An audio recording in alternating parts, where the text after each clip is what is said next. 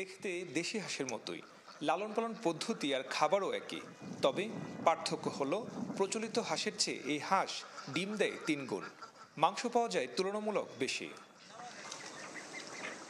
আমিষের যোগান মেটাতে দীর্ঘ গবেষণায় দেশি বিদেশি হাঁসের সংকরায়নের মাধ্যমে নতুন জাতের এই হাঁসের উদ্ভাবন করেছেন বাংলাদেশ কৃষি বিশ্ববিদ্যালয়ের গবেষক শামসুল আলম ভূঁইয়া। নাম দিয়েছেন বাওডাক।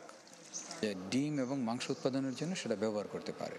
আর যেহেতু এটা একটা সংকর জাতের হাঁস, সেখানে দেশি জাতের রক্তের সংমিশ্রণ থাকার জন্য তারা আমাদের আবহাওয়া উপযোগী প্রান্তিক পর্যায়ে তাকে লালন পালন করার জন্য একটা উপযোগী সংকর জাতের হাঁসের জাত এটি। উৎসবের খুশি হবে নগদে বেশি, কারণ ঘন্টায় ঘন্টায় আছে গিফট জেতার সুযোগ। এই গবেষক জানান দেশি হাঁস বছরে মাত্র 70 থেকে 80টি ডিম দেয়, সেখানে বাওডাক ডিম দেয় 220 থেকে 230টি।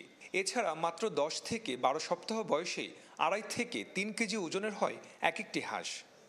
এই হাঁস দেশি হাঁসের তুলনায় যদি কেউ লালন পালন করে দ্বিগুণেরও বেশি সে লাভবান হবে। এবং আমাদের এই হাঁসগুলো যেহেতু প্রান্তিক পর্যায়ে তারা ডিম ফুটিয়ে বাচ্চা উৎপাদন করতে পারবে এবং সেটাকে তারা বৃহৎ স্কেলেও লালন পালন করার একটা সুযোগ সৃষ্টি সেখানে হবে। দ্রুত বৃদ্ধির ক্ষমতা, কম মৃত্যুহার ও বাজারে ভালো দামের কারণে দেশের প্রান্তিক খামারিদের মাঝে দিন দিন জনপ্রিয় হয়ে উঠছে বাওডাক। ডিম পারে বেশি, প্রায় 200 থেকে 250টার মতো ডিম পারে, আর রোগ প্রতিরোধ ক্ষমতা অনেক ভালো। আঙ্গর হাঁস থেকে আসে পার্থক্য আর কি যে মাংস বেশি দেয় এবং আসে দূরত্ব বেশি। আঙ্গর হাঁস দেশি এটা তো কমই দেয়। 40 দিলে 3 কেজির মতো হয়ে যায়, এতে আমরা ভালো একটা টাকা পাওয়া যায়।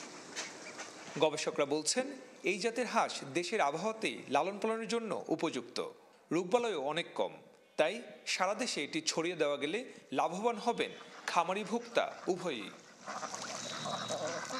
সুলতান মাহমুদ কনিক, চ্যানেল 24, ময়মনসিংহ।